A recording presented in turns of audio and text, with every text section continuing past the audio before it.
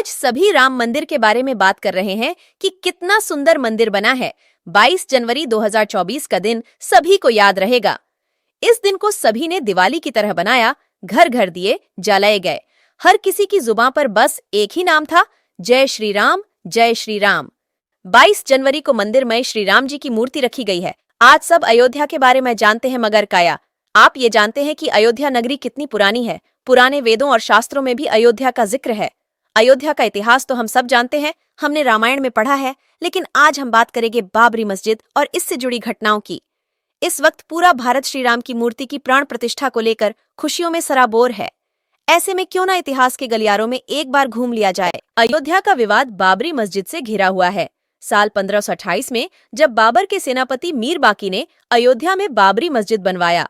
मीर बाकी को बाबर ने ही हुक्म दिया था कि अयोध्या में राम जन्मभूमि है और यहाँ के मंदिर को तोड़कर मस्जिद का निर्माण करवाना होगा। बाबर के सिपाही द्वारा बनाई गई इस मस्जिद का नाम बाबरी रख दिया गया।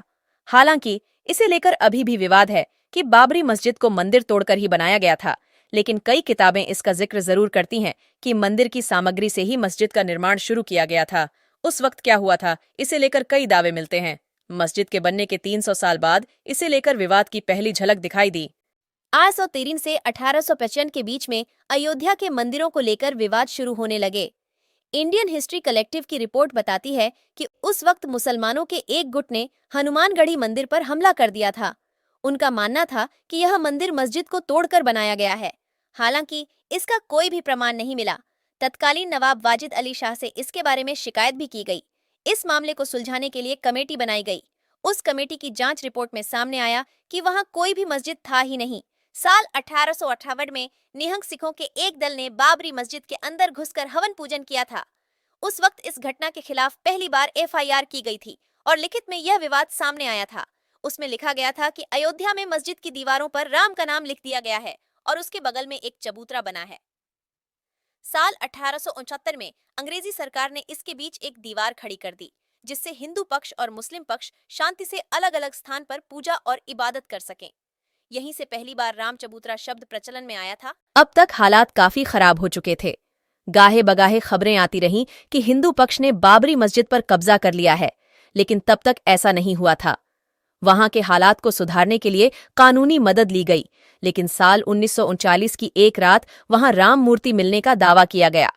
इस घटना के बाद हालात इतने गंभीर हो गए कि तुरंत प्रधानमंत्री जवाहरलाल नेहरू ने संज्ञान लिया। महज 6 दिनों के अंदर ही बाबरी मस्जिद पर ताला लगा दिया गया।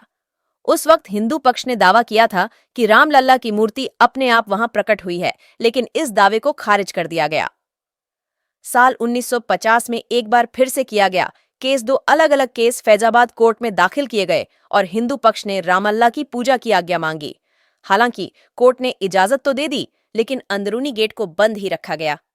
साल 1919 में निर्मोही अखाड़े ने एक तीसरा लॉसूट फाइल किया, जिसमें उन्होंने बाबरी मस्जिद की जमीन पर अधिकार मांगा।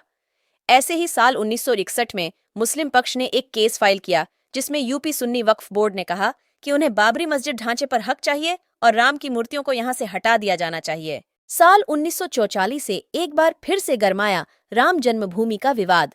इस समय अयोध्या ने अपना सबसे बड़ा राजनीतिक दौर देखा। 6 दिसंबर 1995 का वो दिन जब बाबरी मस्जिद को गिराया गया था। भारत के इतिहास में यह दिन दर्ज है। जनवरी 1933 आते आते अयोध्या की जमीन को नरसिम्हा राव की सरकार ने अपने अधीन ले लिया और 67.7 एकड़ जमीन को केंद्र सरकार की जमीन घोषित कर दिया गया। साल 1994 में इस्माइल फारूकी जजमेंट आया। इस जजमेंट में यह भी कहा गया था कि कोई भी धार्मिक जगह सरकारी हो सकती है। 2002 में अयोध्या टाइटल डिस्प्यूट शुरू हुआ और इलाहाबाद हाईकोर्ट की लखनऊ बेंच में हियरिंग शुरू हुई।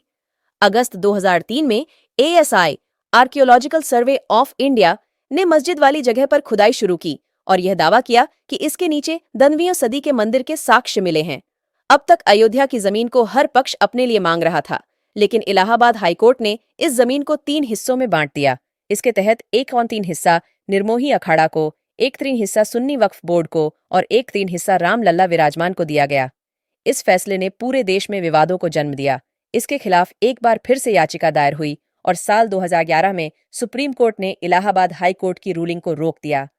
सुप्रीम कोर्ट ने इस हियरिंग को लेकर कहा कि इलाहाबाद हाई कोर्ट का जजमेंट अजीब है, क्योंकि तीनों में से किसी भी पार्टी ने इसके लिए गुहार नहीं लगाई थी।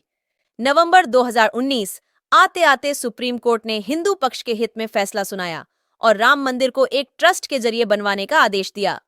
इसके साथ सुन्नी वक्फ बोर्ड को 5 एकड़ जमीन दी गई, जहां अयोध्या में मस्जिद बनवाया जाना था। दिसंबर तक इस मुद्दे पर कई पिटीशन फाइल की गई और सुप्रीम कोर्ट ने इस मुद्दे को खारिज कर दिया। फरवरी 2020 को श्री राम जन्मभूमि तीर्थ क्षेत्र ट्रस्ट की स्थापना हुई। लोकसभा में प्रधानमंत्री नरेंद्र मोदी ने इसकी घोषणा की। सुन्नी वक्फ बोर्ड ने 5 एकड़ जमीन को स्वीकार किया और 5 फरवरी 2020 को प्रधानमंत्री नरेंद्र मोदी द्वारा राम मंदिर निर्माण के लिए ट्रस्ट बनाया गया। 2023 में हुआ राम मंदिर का उद्घाटन आखिरकार 22 जनवरी 2024 आ गया और इस दिन राम मंदिर में रामलला की प्राण प्रतिष्ठा भी हो गई। अब यह मंदिर आम लोगों के लिए खोल दिया जाएगा।